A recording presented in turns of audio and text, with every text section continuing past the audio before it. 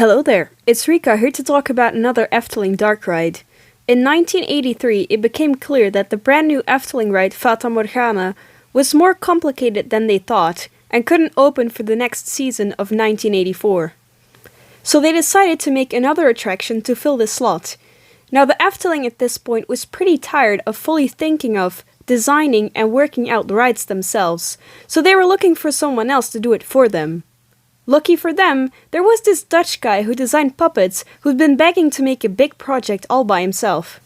And this man is Joop Gesink. Joop was a film producer who made films and commercials using puppets he designed himself, his most famous creation being Loekie the Lion. And if you hadn't already guessed, today's ride is Carnaval Festival. Colorful puppets, annoying music, a ride around the world. Now you might think this is just an It's a Small World ripoff. And that's because it is. In the early 80s, Joop visited Walt Disney World, and while riding It's a Small World, he thought, I can make this shit. And that is exactly what he did. He immediately started to make crude sketches of the ride and characters. And his old colleague, Bert Oudtmeijer, made a miniature of the dark ride using his rough sketches. A little while later, while the head designer of the Efteling at the time, Ton van de Ven, was out of town, Gesink took the opportunity to pitch his idea further, with the now fully developed miniature, telling the other staff how he wanted to make this dark ride. And make it, and I quote, "It's a small world, but happier and more colorful." And this is all the Efteling needed to greenlight the project. The puppet makers of Gesink Studios started making the figures for the ride, alongside Lex Lemmens, technical designer of the Efteling. In German company Heimo, Oudtmeijer works on the puppets, and once almost done, he sends them to Heimo to install the motors and movement. A couple of the big figures, like the sumo wrestlers, the big dragon from China, and the African gorilla, were fully made by Heimo. Over a couple of months, hundreds of colorful puppets got sent back and forth from Germany to the Netherlands.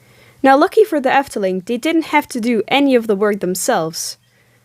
Until Gesink confessed that he only knew how to make the puppets and not how to do the transport system or music installation, who were done by Dree Broeders and ride manufacturer Mack Rides providing an omni-mover system. So in the end, the Efteling had to do a lot more work than they anticipated. Unfortunately, Joop Gesink fell very ill during construction of the ride, only being able to make a test ride of his final big masterpiece.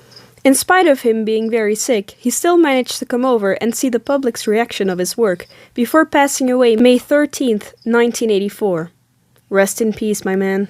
On June 1st, 1984, the ride officially opened for public by Joop Gesink's widow, Irene Gesink Mitchell, and every single person that entered the ride was given a plastic red nose to match the ride's characters. And now it's time to talk about the most important part of the ride, the music. Carnaval Festival's music is one of the most famous tracks of the Efteling. Everyone in the Netherlands and Belgium can recognize its tunes. It's annoying, it's happy and upbeat, it's an absolute classic. And I'm even listening to it right now while writing the script.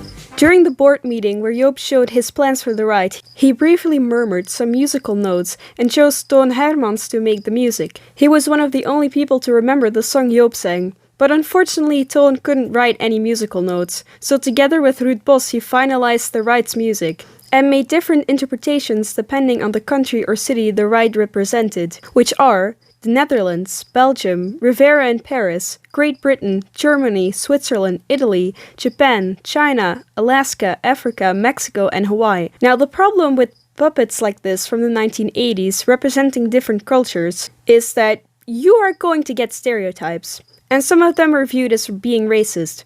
I'm not going to give my personal opinion on this, however the Efteling changed most of the problematic figures in 2019, and I personally find it to be a lot prettier like this. In 2011, Joop Gesink's most famous character, Loekie, disappeared from the ride, because children at this point didn't recognize him anymore, and the plushies didn't sell very well, and the Efteling knew it wasn't worth paying the rights for this character. So Loekie became the new mascot once again, sporting some shiny new puppets. Now that all of that is out of the way, let's move on to the ride. After queuing in a zigzag with fun and cheeky pictures of all of Loekie's travels on the wall, you pass a small TV where you can spot some of the characters goofing off. After climbing a very loud flight of stairs, you enter the station where you see some of the country's flags hung from the ceiling, and Loekie riding his hot air balloon. You walk on the rotating station and enter one of the 118 gondolas. The first scene is the Netherlands, where you get serenaded by some singing frogs. You turn around and, after seeing a lady vigorously beating up a drunk man, you lay your eyes upon a party of farmers and farmers' gals dancing about, while a freakishly large dude holds an entire orchestra. Yoki waters some birds, a cow flashes her titties, and a farmer's couple secretly get it on in a haystack. Also bonus points for the chickens. Then you enter Belgium, my country of birth, where much like the actual country, there's not much to see or to do. After this comes France, Paris to be exact. Some can-can ladies flash their panties and a prostitute winks at you from the street, and yet gives Yoki a letter of love confirming their interspecies relationship. And here comes Great Britain, where I see what I can only assume is Yoki nearly crash landing a plane in the Buckingham Palace filled with tourists, followed by a Scotsman playing a bagpipe terribly.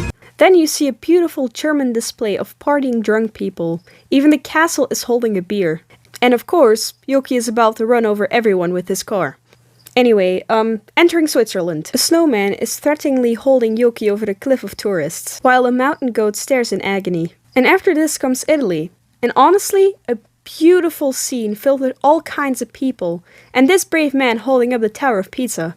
Then you enter Japan, where you're politely greeted by these 3 men, bowing for you, followed by 3 geishas and 2 sumo wrestlers, and a masked theater. After a shadow play display, you enter China, where I'm obligated to mention that this dragon magically made piss appear in my pants as a kid. Seriously, this thing is terrifying.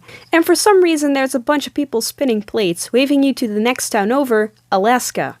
In this cute scene, Yoki is enslaving anthropomorphic penguins to pull his sled. And also there is a cute ballerina polar bear and an ice cream stand. Which of course is absolutely hilarious in Alaska. And that guy there in the back is definitely flipping you off. After this you get turned on your back whilst it rains little snowmen, spinning you back off to Africa, my personal favorite scene. This scene is absolutely gorgeous, including a waterfall and a giant monkey.